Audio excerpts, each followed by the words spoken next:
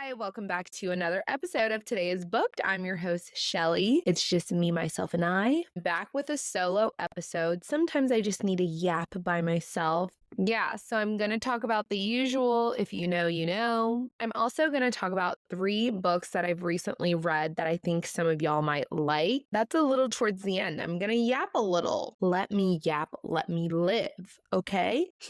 First of all, so your girl is officially on a book buying ban after listening to the last episode where Whitley and I were talking about all the books that we've bought. And then I put together this TBR cart, and I have way too many new books, way too many unread books that I don't deserve to buy another book right now. I mean, I really do deserve to buy another book, but am I going to buy another book? Probably. But I am trying to hold myself to a book buying ban because I'm out of control. I am simply out of control when it comes to buying books, but I did finally check my mail and I did get my book of the month book. So it was like a little special treat. I was like, oh my God, this is right after my book ban. So anyways, the book that I got was House of Glass by Sarah Pekkanen. I hope I'm saying that right. I feel like there is a book that I really liked by her. Oh my God. So she wrote 2 of my favorite books, probably. The Golden Couple and The Wife Between Us. Those books, if you haven't read those 2,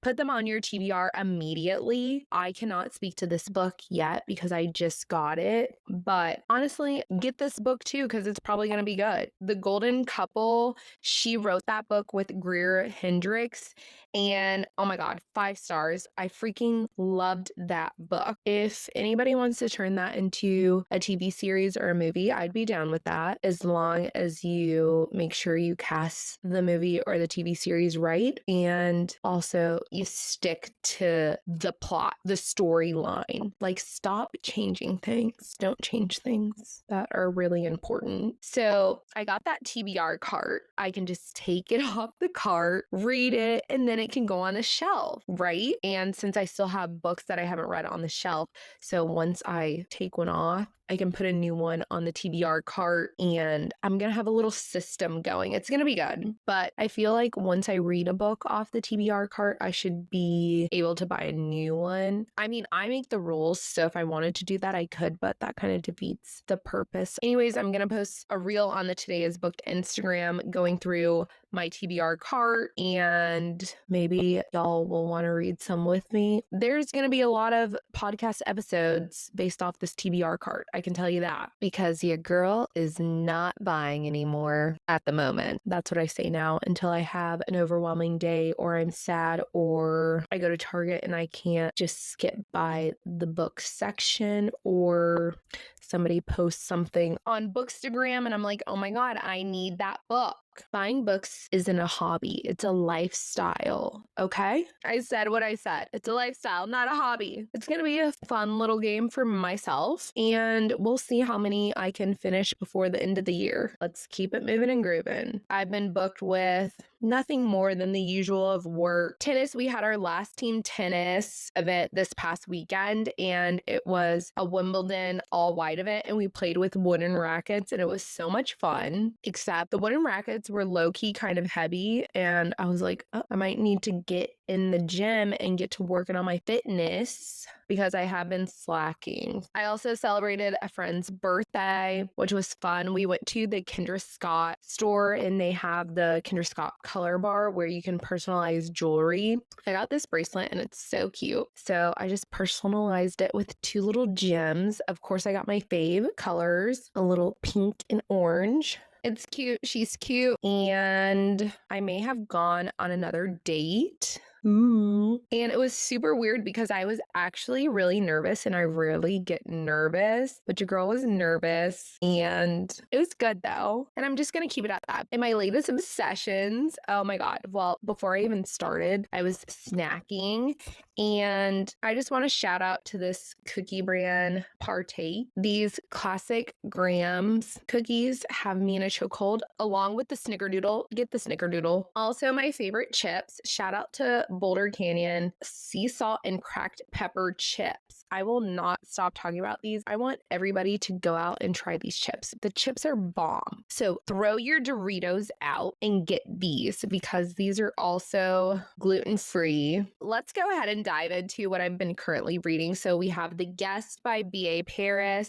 The Paradise Problem by Christina Lauren. We love that cover. So I'm about 20% into The Guest by B.A. Parrish, and it's going okay so far. I'm intrigued, but I'm not necessarily hooked. But you know me, I'm not DNFing a book. So basically what this book is about, this couple, Iris and Gabrielle, they come back from a holiday and one of their friends just decides to take over their house. Their little house guest, their friend, found out that her husband had an affair and has a secret child. So she decided to escape to their house since she has a house key. And where I'm at in the book is Iris just came across a new neighbor friend and they are going to her house for dinner with her husband. And I don't know, I just feel like something is about to go down at the dinner. I don't necessarily know what,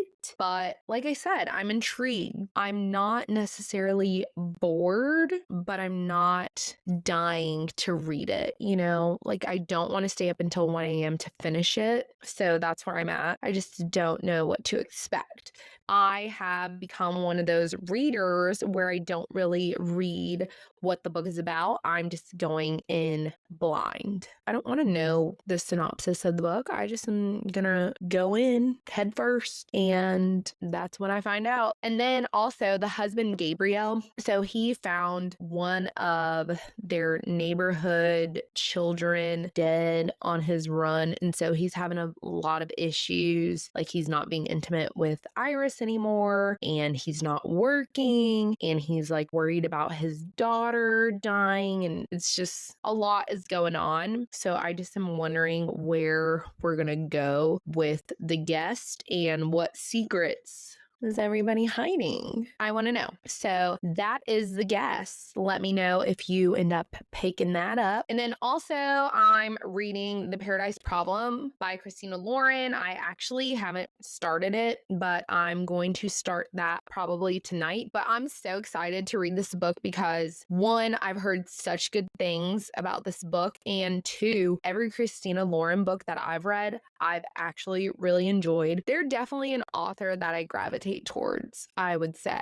Like if they come out with a new book, I'm gonna pick it up, you know? So I did end up reading the first page and I'm instantly wanting to drop The Guest and start The Paradise Problem, but I want to at least get a good amount of The Guest read before I dive in. But I am going to start this tonight, I think. So those are the books that I'm reading right now. Let me know if you've read The Paradise Problem, what you think. Once I finish that, I don't even know what I'm gonna read. So I did post a July TBR on my Instagram, and I've read one of those books. I'm reading 2 right now, and then I'm supposed to be reading The Housemaid is Watching and Just Act Natural to read all 5 books for the month. Am I going to get to those other 2 books? TBD, but you know, I actually need to because your girl has a reading goal to hit, and she is, how many books am I behind that reading goal? If you care to know, I am 19 books behind schedule. I should not even have a life outside of work and reading right now until I get caught up. But girls gotta have a life. Girls gotta have fun. Girls gotta be social sometimes. I really just want to rot and read this weekend, so nobody call or text me. Just leave me alone until like October. Everybody leave me alone until I catch up on my reading goal. Thanks. Let's see, what else? Wow, I feel like I'm doing so good this go around for my solo episode. I'm really getting used to this. I'm really finding my groove with podcasting. This is so exciting. Anyways, I'm going to talk about the 3 books I recently finished. Also, I'm going to go ahead and put a disclaimer. This episode may contain spoilers. I'm going to do my best to not give any juicy details away. So if you plan on reading The Next Mrs. Parrish, The Truth About the Devlins, or Plotting Summer, listen to this at your own risk or just fast forward through. Also, I'm just going to go ahead and apologize in advance because I'll probably end up spoiling something. I literally can't control what leaves my mouth when I get to talking about a book. So I'm sorry. Anyways, The Truth About the Devlins by Lisa Scottoline.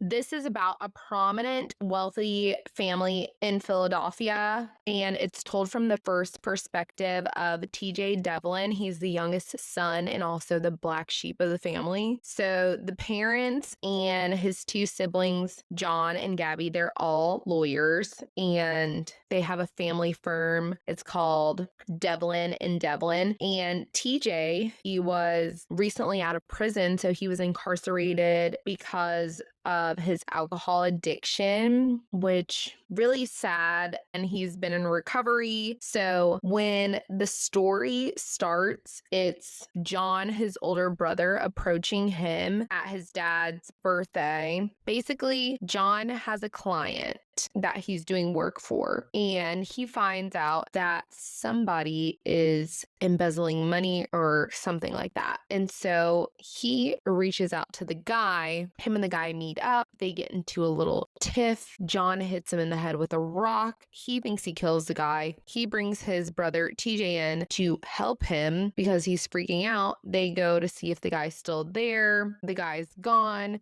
So now TJ is full on private investigating this so-called death. And so the book basically revolves around TJ being a private investigator, freaking about this whole situation with John, helping John. He's helping his sister Gabby with another case. And I mean, it just starts going crazy in this book when I tell you so many things happen, and I was just not expecting the ending. Meanwhile, I'm thinking John is like the golden boy, the golden child, you know, and TJ's the bad boy. He went to prison. Nope. Wait till you get to the end and you see what the freak John does. And he's donezo. I'll just say that he's donezo. It's just funny because TJ is supposed to be the criminal and the bad one of the family. John is the lawyer and someone that TJ always looked up to and kind of idolized. So it's funny how the tables have turned and John needs his brother TJ. I will say that the first page of this book really pulled me in. Honestly, the first page set it off. I was instantly intrigued, instantly hooked, and I really liked how the story was told from TJ's perspective because he's the black sheep and we're trying to figure out, oh, is he going to relapse because he's sober? And then his brother goes to tell his family that he's relapsed because he didn't want his family thinking that he killed someone. So that was really crappy of John. I didn't really like that part of the book. Also, I really liked the comeback of TJ coming out on top. He was just such a disappointment to his family, and by the end of the book, it was a turnaround. I just feel as if his family's perspective changed, which good, it should have, because wow, TJ was private investigating. He's not even a real private investigator. He was doing his job. He was putting in the work. What I didn't like was John. He was a freaking messed up, shitty brother, and he was just greedy. And that was his problem. John was greedy. I ended up giving this book 3.75, 4 stars. I would recommend it. I liked it. It was a good kind of mystery thriller book. I wasn't bored. I was intrigued because I'm like, oh my God, are they going to find this guy that they think John killed? Like, what's going on? And then also, we had the storyline of TJ just wanting to be back with his ex-girlfriend, and that was really sad. Yeah, so that was The Truth About the Devlins. So the next book is called Plotting Summer by Jess Healyman. This book is in a 7-book series called Falling for Summer, which is 7 different books by 7 different authors. I was talking about this in the last episode with Whitley. So I think this is the 3rd one that was released. I don't think you have to read them in any specific order. I definitely didn't. I believe they are all different characters, all different storylines, all different places. But Plotting Summer is that next door neighbor's secret crush, friends to lovers book. So this book takes place in Sunset Harbor, which is a made up kind of island. I believe it's off the coast of Florida or something like that. So the main character, Capri, has a crush on her neighbor, Tristan Palmer. So Tristan's about to go off to college. He had just recently broke up with his girlfriend. Him and Capri go on this boat ride, and she's thinking, it's a sunset boat ride. She's thinking Tristan's gonna kiss me, and he's like, oh no. And her dreams are crushed. He goes off to college. Him and his girlfriend, Bridget, they got back together. He proposed, they're engaged, and then she cheats on him. And Capri is an author. So she always wrote stories as a little girl, and she ended up publishing a book under a fake name, Sunny Palmer, which she used his last name. So funny. And she becomes a huge deal, and nobody knows it's her besides her sister and her best friend. So she has this huge secret, and she moved out of Sunset Harbor. She doesn't want to return back, and Tristan was off doing whatever. So Tristan ends up back in Sunset Harbor, and Capri avoids Sunset Harbor like the plague because she doesn't want anybody to find out. She doesn't want to run into Tristan because she's like, oh my God, I'm using his last name. Like, I can't believe I did this. But somehow her family gets her to come back on the island. It's kind of like her family meddling and plotting to get Capri and Tristan together. So she comes, and yeah, Tristan is all about trying to hang out with Capri. She is not interested. And so he comes up with this little game to make them fall in love again with Sunset Harbor. Meanwhile, it's basically a trick to get her to go on dates with him, but she has to plan some too. I don't know. Capri was so awkward sometimes and just so oblivious, but I think she was just acting like her teenage self. Like, oh,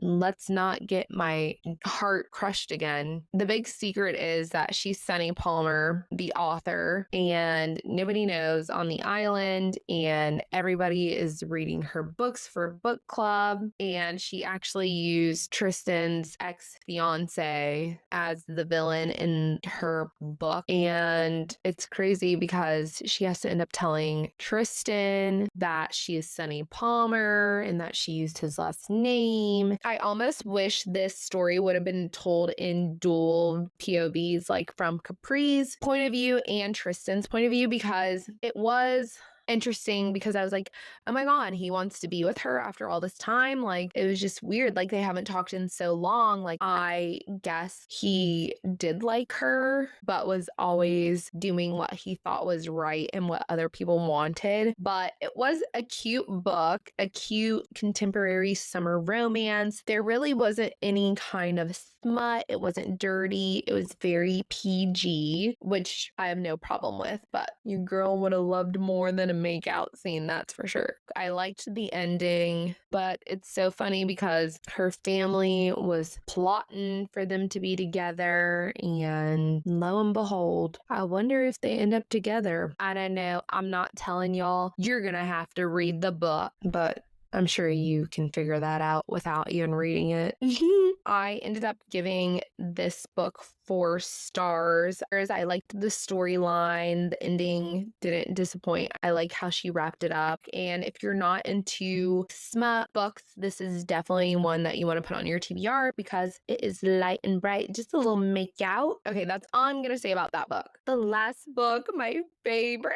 So this is the one that I have beef with. Y'all heard me talk about it last episode. The Next Mrs. Parrish by Liv Constantine. And this one got 5 freaking stars because it's so good. It's so good. It's so freaking good. So this one has 3 POVs, Amber, Daphne, and Daisy Ann. So Amber, she is a psychotic freak who we meet in book 1. She basically wants Daphne's life and steals her husband, has a baby, literally psychotic. And so Daphne was married to Jackson, who Amber is now married to. Amber and Jackson have a son together, Jax. And then Daphne and Jackson have 2 daughters together, Bella and Tallulah. And then we have Daisy Ann, who we meet in book 2. I don't think she was in book 1. I can't remember because I read it 7 years ago. Shots fired. Okay. Anyways, back to book 2. So book 2 starts with Amber going to visit Jackson in prison because Jackson in book 1 was arrested for tax evasion. Freaking loser. So she's like, we're running out of money. We need money. And she's like, we should sell your yacht or whatever. And he was like, no, don't sell that. We're going to come into some money when I get out. Daphne and the girls, they're in California living the rest of life. Even though Tallulah, she's a teenager, she's acting out. She wants her dad. So Tallulah, she's on a trip with her school. She tries to escape to go see her dad and they send her ass back home. They're like, absolutely not. Called her mom. We're not dealing with this. Daphne's therapist recommends that she takes them to see her father. So Daphne and the girls go back to Bishop Harbor and Jackson gets out of jail and he is being deceptive and he's plotting to get Daphne back. And he finds out that Amber has stolen from him, has money. She was trying to escape. So Daisy Ann comes into the book because Amber, before she married Jackson, was married to Daisy Ann's dad, who was some rich guy that lived in Texas and he was in Colorado and he was a widow. And Amber freaking found out. And so Amber's just a lowlife. She thinks that she was supposed to be born into money and have the rags and the riches and just was not happy with her life. But anyways, fast forward, she married Daisy Ann's dad and like basically impersonated his ex-wife, like becoming her just like she did with freaking Daphne's husband Jackson. Like she is just freaking psychotic. So they cross paths again, Amber and Daisy Ann, and things just get crazy. Just know Jackson is very psychotic. He used to verbally abuse his ex-wife, Daphne, his children, well, mostly Bella, and he would control Daphne and physically abuse her. It was just not a good environment, and I'm so glad that kind of in on Amber. But yeah, book 2 is so freaking crazy. So many things happen. I was so shook at the ending and how Daisy Ann played into the book. It was just so freaking good. I kind of want to read it again. Jackson is a freaking master manipulator and I freaking hate him. He is just what happens to him at the end of the book. You know, he deserved it. That's all I'm going to tell you really about that book because I really want y'all to read it because it's so good. And I already told y'all way too much.